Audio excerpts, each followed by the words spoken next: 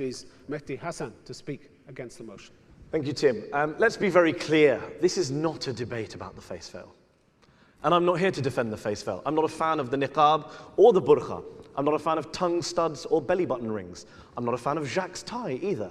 The point is, however... This is your problem. The point is, it is my problem. The point is that this is a debate about the French ban, and there are three very, very simple reasons why we should all be opposed to the French ban. Number one, it's unnecessary. Number two, it's self-defeating. Number three, it's morally wrong.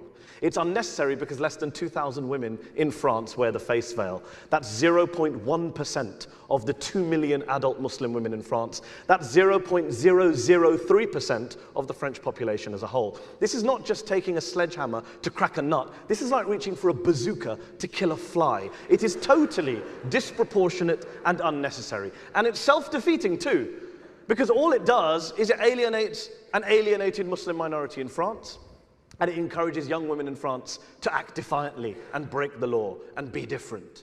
And in fact, we already have evidence that the ban, which is supposed to liberate women, is already secluding and marginalizing and isolating those very same women. You look in Italy in April this year, where a Tunisian-born woman became the first person to be fined for wearing a veil in public. Her husband promptly announced that she would no longer leave the house so that he would avoid paying any more fines. So instead of being imprisoned in her veil, she's now imprisoned in her home. That's what the French call women's liberation.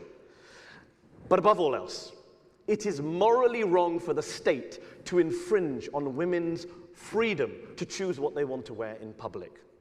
Whether you like the veil or not, the French ban violates freedom of thought, of conscience, of expression, of religion, a whole string of fundamental human rights, which can now no longer be taken for granted in modern France. There's a reason why leading human rights groups, from Amnesty International to Human Rights Watch, are opposed to this ban, because restricting a woman's freedom to wear the face veil in public is as much a violation of her human rights as it is to force her to wear that same face veil. And I wonder what's happened to the liberty, equality and fraternity in France. Instead, you have this illiberal, iniquitous, unjust ban, and the parliamentarians in Paris should hang their heads in shame.